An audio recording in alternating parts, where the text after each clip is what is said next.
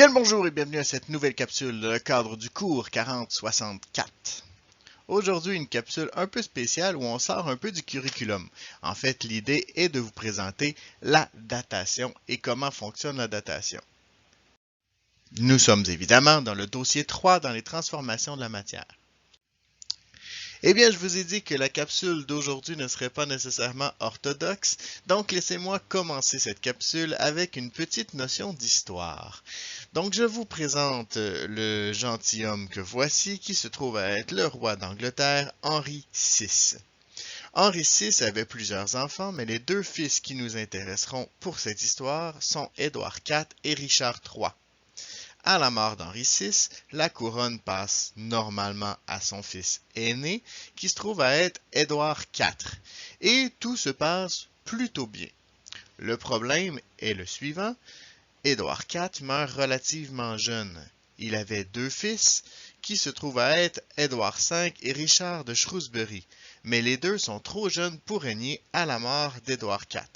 Ce sera donc Édouard V qui prendra la couronne, mais sous une régence, parce qu'il est trop jeune pour régner sur le pays. Le problème est que, et là vous allez reconnaître les bonnes histoires de rois, parce qu'évidemment, que serait une belle histoire de roi sans une belle histoire de trahison? Eh bien, Richard III avait un petit œil sur la couronne d'Angleterre, et le fait que son neveu prenne la couronne ne lui fait pas vraiment plaisir. Donc, il en profitera pour enfermer ses deux neveux et, évidemment, couper quelques têtes au passage des partisans d'Édouard V.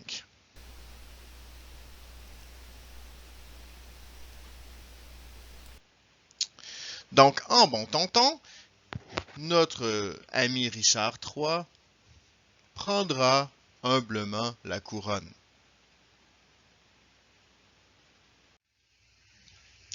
Le problème, c'est que dans le processus, Richard III s'est fait quelques ennemis et son règne sera très court. Donc, il reçoit la couronne en 1483 et devient officiellement roi d'Angleterre en 83, mais il trouvera la mort dans une bataille contre certains partisans, justement, d'Édouard IV, qui ne trouvaient pas vraiment le sort des neveux adéquat.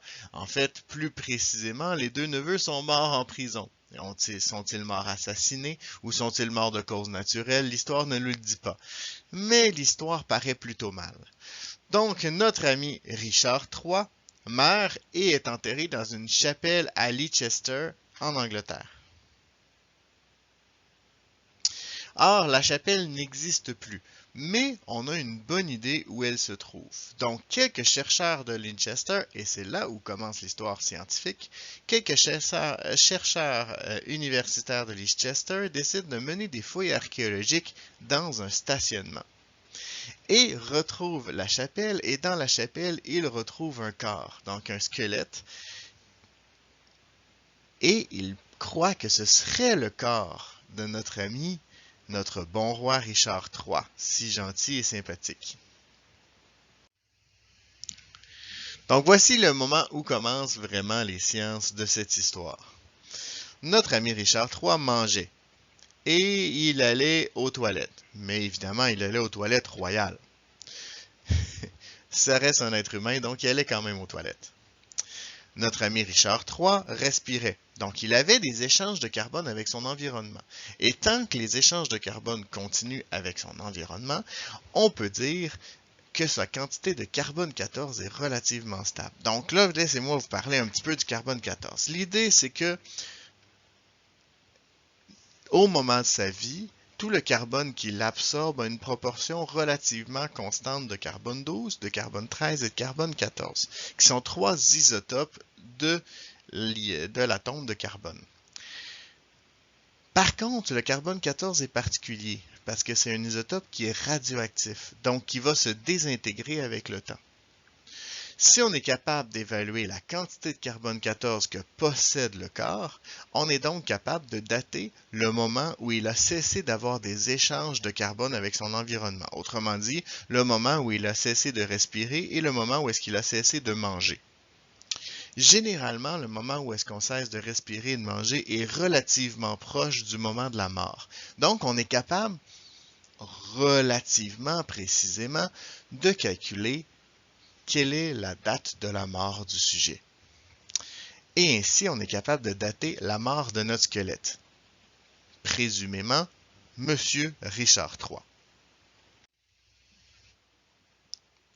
Et voici l'équation de la désintégration bêta du carbone 14. La demi-vie de cette réaction-là, c'est 5730 ans, ce qui est un temps de demi-vie relativement élevé, donc ça nous permet de dater la mort d'un organisme qui serait mort il y a quand même plusieurs années. Donc, c'est intéressant comme temps de demi-vie pour dater en fait, le squelette qui est là, qu'on présume que c'est M. Richard III. L'homme auquel appartient le squelette en question est mort entre 1485 et 1550. Bon, on est un peu borderline, parce que je vous rappelle que M. Richard III est mort le 22 août 1485. C'est dans l'intervalle, mais on est un peu serré. Donc, ça concorde, mais on a encore des questionnements à se poser.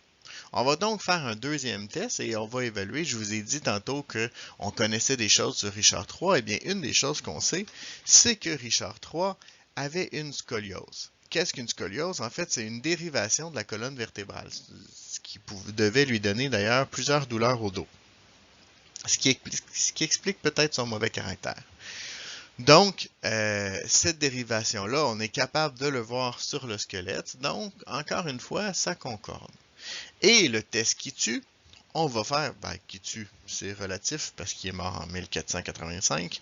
Donc, le test qui va nous permettre de déterminer vraiment si c'était Richard III va être un test d'ADN qui est fait avec un certain Michael Ibsen, qui est un descendant de la sœur de Richard III. Donc, évidemment, il y a pu avoir certaines différences, mais on remarque que leur ADN est relativement proche, ce qui veut dire que le squelette serait bel et bien le corps de notre ami Richard III, qui aurait été découvert sous un stationnement de Leicester. Évidemment, ce test de datation-là, on peut le faire pour des corps, mais on peut aussi le faire pour des roches. Seulement, ça nous prend un événement qui va créer des éléments radioactifs et donc qui va nous permettre de dater les roches.